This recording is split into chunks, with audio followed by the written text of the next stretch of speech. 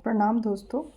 आज हम बात करेंगे कि अवचेतन मन की शक्ति को हम कैसे बढ़ाएं। जैसा सोचेंगे वैसे बनेंगे और वैसा ही हम पाएंगे। अवचेतन मन एक अद्भुत शक्तिशाली ऊर्जा का केंद्र है। अवचेतन मन ही हमारे विचारों को, हमारी भावनाओं को और कर्मों को सही दिशा देता है।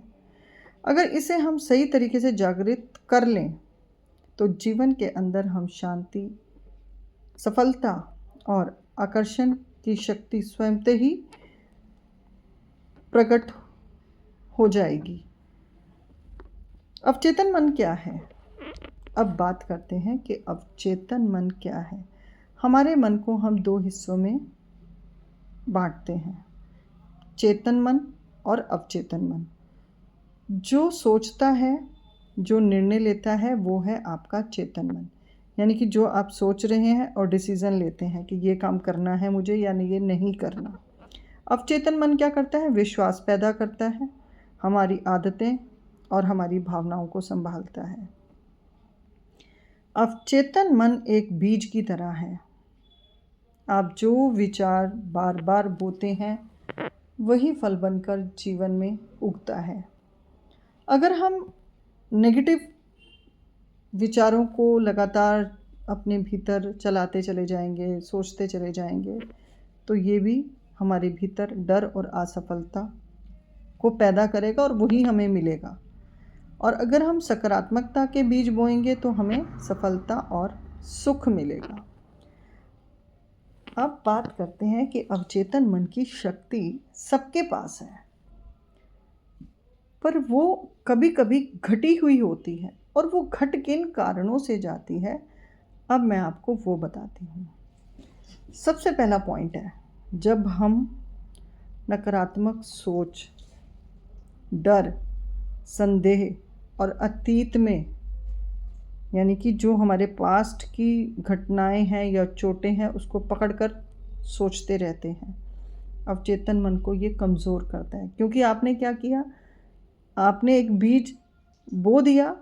जैसे पहले ही बताया गया कि अवचेतन मन एक बीज है जिसमें जैसे चीज़ें डालेंगे वो वैसा ही पौधा लगाएगा। अब वो क्या कर रहा है? वो कमज़ोर हो चुका है। आपने उसको इतनी दर्दनाक चीज़ें, डर दे रखा है, असफलताओं का वातावरण, तो वो उससे भी कमज़ोर हो रहा है। मोबाइल, सोशल मीडिया और चिंता भरे वातावरण से भी ऊर्जा कम होती है। अब मोबाइल का इस्तेमाल हम किन चीज़ों के लिए कर रहे हैं, क्या चीज़ें देख रहे हैं, तो उससे भी हमारा मन और विचार पर, और सबसे बड़ा हमारी भावनाएं प्रभावित होती हैं। और भावनाओं का केंद्र बिंदु अवचेतन मन है, क्योंकि वो हमारी भावनाओं को संभालता है। चिंता भरा वातावरण, बहुत ज़्यादा टेंशनों में अगर हम रहते हैं, आसपास बहुत ज़्यादा हमारे पारिवारिक उलझने हैं, तो भी हमारा अवचेतन मन कमज़ोर होगा। इसलिए ज़रूरी है कि हम अवचेतन मन को सकारात्मक ऊर्जा से पोषित करें, यानी कि उसका पोषण, उसको अच्छे विचार, यानी कि जैसे शरीर को चलाने के लिए अच्छे भोजन की आवश्यकता होती है, इसी प्रकार से मन को चलाने के लिए अच्छे विचार, अच्छी परिस्थितियाँ और अच्छी यादों की और अच्छी भावनाओं की ज़रूरत होती है। अब अवचेतन मन की शक्ति कैसे बढ़ाएं, इसके बारे में अब मैं आपको बताऊंगी। आप सुबह उठते हैं, सबसे पहले अपने आप को अच्छा महसूस करें, ईश्वर का धन्यवाद करें और अनुभव करें कि आप ईश्वर की संतान हैं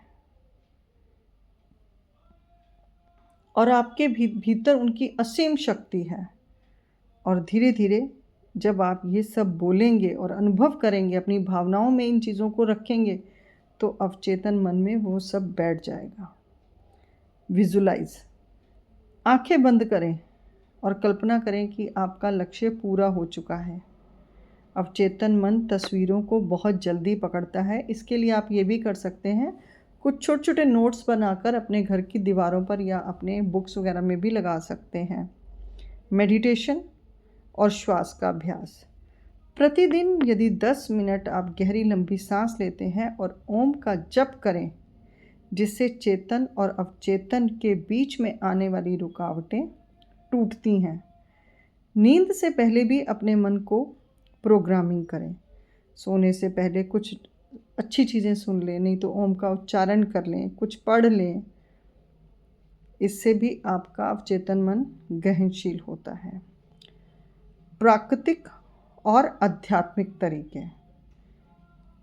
अब हम प्राकृतिक और आध्यात्मिक तरीकों से कैसे अवचेतन मन की ऊर्जा को और अधिक बढ़ा सकते हैं, इसके लिए हमें क्या करना है?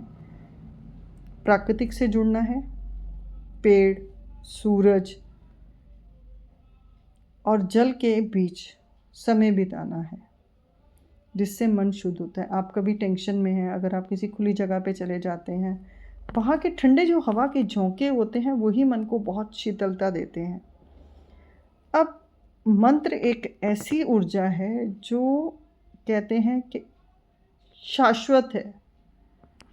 आप ओम नमः शिवाय या ओम नमो भगवते वासुदेवाय का, और या फिर आप जिनको भी मानते हैं आप उनका नियमित जप करते हैं, उससे भी अवचेतन मन की दिव्य ऊर्जा भर जाती है, उसमें भर जाती है।